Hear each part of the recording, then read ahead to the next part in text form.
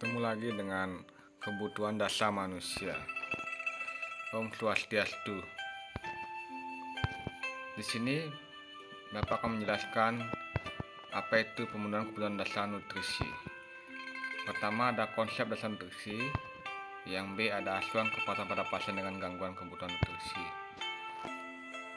Yang Bapak jelaskan adalah konsep dasar nutrisi dulu. 1. Struktur dan fungsi nutrien.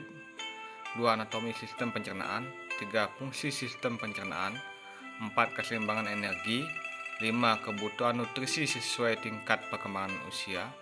6. Faktor-faktor yang mempengaruhi pola diet. 1. Struktur dan fungsi nutrien. A. Karbohidrat. B. Protein. C. Lemak. D. Vitamin. E. Mineral. 2. Anatomi sistem pencernaan. Sistem pencernaan terdiri dari mulut, faring, esophagus, lambung, usus halus, kolon atau usus besar, di mana makan masuk, berjalan, dan keluar tubuh, yaitu melalui organ aksesoris yang berperan dalam proses pencernaan, yaitu lidah, kelenjar salvia atau ludah, gigi, terus hepar, terus pankreas, terus ada kandungan empedu. Yang ketiga, fungsi sistem pencernaan. Ada mencerna, ada absorpsi, C ada metabolisme, D ada ekskresi. 4. Keseimbangan energi, yaitu pola diet untuk memelihara keseimbangan antar intake kalori dan energi. Basal metabolisme adalah sejumlah energi yang dibutuhkan untuk aktivitas saat istirahat, bernapas, siklus darah, memelihara suhu tubuh. Laki-laki mempunyai basal metabolisme rata BMR lebih tinggi daripada wanita. Pertumbuhan infeksi, demam, stres, dan suhu lingkungan ekstrim dapat menurunkan BMR. Penurunan BMR dapat disebabkan oleh usia, puasa lama, dan tidur. 5. Kebutuhan nutrisi sesuai tingkat perkembangan usia, yaitu A. Bayi umur 0-12 bulan, B. Masa toddler umur 1-3 tahun, prasekolah umur 3-5 tahun, anak sekolah umur 6-12 tahun, masa remaja umur 13-21 tahun, masa dewasa muda umur 23-30 tahun, masa dewasa umur 31-45 tahun, dewasa tua usia 46 tahun ke atas, wanita masa kehamilan dan menyusui. Itu akan ada penjelasannya di link yang akan kelihatan di drive.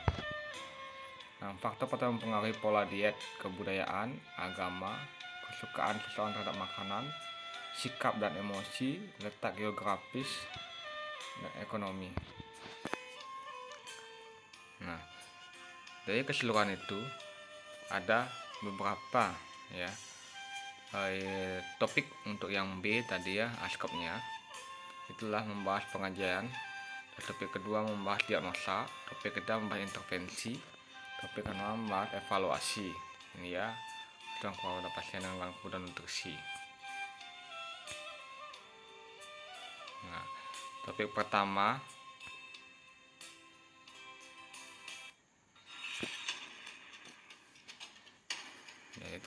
adalah kita bahas pengkajian. A. Anthropometric measurement. Yang B. Biochemical data. Yang C. Clinical seek. Yang D. Dietary history. Kedua, manifestasi perubahan nutrisi. Ada overweight, ada obesitas, ada underweight. Yang selanjutnya adalah pembagian daripada itulah anthropometric measurement. Itu ada 1. Tinggi badan dan berat badan. 2. Lingkar pergelangan tangan. Yang ketiga, lingkar lengan bagian tengah atas. Yang keempat, lipatan kulit tricep. Yang kelima, lingkar otot lengan bagian tengah atas. Nah, ini contohnya tabelnya, tempat pengukurannya. Pengukuran lingkar lengan atas dari umur 18-24, laki-laki 30,9, perempuan 27,0 cm. Itu contohnya ya. Kalau permukaan lipat kulit triceps 18-24 tahun itu 11,2 cm sama 9,4 cm untuk perempuan. Nah, yang selanjutnya adalah biochemical data. Itu adalah tes laboratorium, di mana tes laboratorium bisa digunakan melalui status nutrisi, yaitu protein plasma seperti albumin, transferin, retinol. Ya, terus ada tes kedua, ada tes lain. Ya, tes lain itu adalah untuk mengukur status nutrisi termasuk ukuran imunitas seperti penundaan sensitivitas kutaneous dan ukuran metabolisme protein. Ya, yang C, clinical stick, itu tabel tanda klinis status nutrisi, nanti bisa dilihat ya di link materi. Terus yang selanjutnya adalah dietary history. Itu adalah satu kebiasaan asupan makanan dan cairan, yaitu misalnya pilihan alergi, masalah dan area yang berhubungan lainnya. 2, tingkat aktivitas untuk menentukan kebutuhan energinya. 3, faktor yang mempengaruhi pola diet status nutrisi, itu seperti status kesehatan, kultur dan agama, sosial ekonomi, pilihan pribadi, ya mau makan apa dia, faktor psikologis, alkohol dan obat-obatan, terus kesalahan informasi dan keyakinan terhadap makanan. Yang 4, catatan makanan dalam 24 jam, frekuensi makanan yang membantu untuk menyusun pola makan sepanjang waktu. Nah, selanjutnya adalah manifestasi perubahan nutrisi. Itu yang pertama overweight, yang tadi sudah saya jelaskan. Seseorang dikatakan overweight jika indeks massa tubuh IMT 25-29. Terus yang selanjutnya B, obesitas. Seseorang dikatakan obesitas jika IMT 30 kg. Ya. Terus underweight, ya. Seseorang dikatakan underweight jika ia berada di sekurang-kurangnya 15% sampai 20% di bawah berat badan standar. Nah, kita berlanjut di topik 2. Itu untuk menentukan suatu permasalahan daripada tadi pengkajian. Pertama, diagnosa keperawatan utama gangguan kebutuhan nutrisi. Yang kedua, diagnosa keperawatan yang berhubungan dengan gangguan nutrisi. Nah, kita bahas satu dulu, diagnosa keperawatan utama. Itu ada perubahan nutrisi kurang dari kebutuhan tubuh. Yang kedua, yang B, perubahan nutrisi lebih dari kebutuhan tubuh. Yang C, perubahan nutrisi resiko lebih dari kebutuhan tubuh. Yang D, kerusakan atau gangguan menelan. Ya. Nah, yang dua, diagnosa keperawatan yang berhubungan dengan gangguan nutrisi, itu ada perubahan pola eliminasi normal, berhubungan dengan defisit nutrisi. Yang B, defisit self care, makan berhubungan dengan intake nutrien rendah. C, risiko infeksi berhubungan dengan penurunan status nutrisi. Yang D, penyembuhan luka tertunda berhubungan dengan penurunan status nutrisi. Yang E, kerusakan integritas kulit dan jaringan berhubungan dengan kekurangan nutrisi. Yang F, defisit volume cairan berhubungan dengan malnutrisi berat. Yang G, aktivitas interaksi defisit self care berhubungan dengan kelemahan. Yang H, kurang pengetahuan terhadap diet baru. I, perubahan pertumbuhan perkembangan.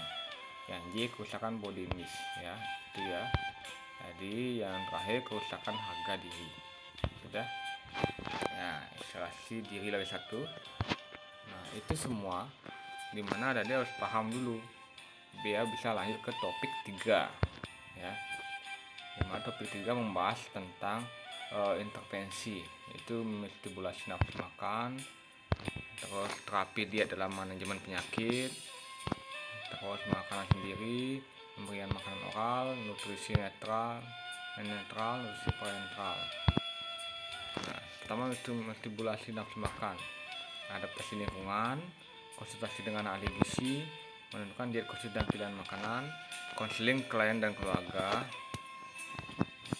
Ya, terus saya terapi diet dalam manajemen penyakit. Ada penyakit gastrointestinal, penyakit kardiovaskuler, diabetes meletus, penyakit ginjal, kanker, dan imunoglobulin virus,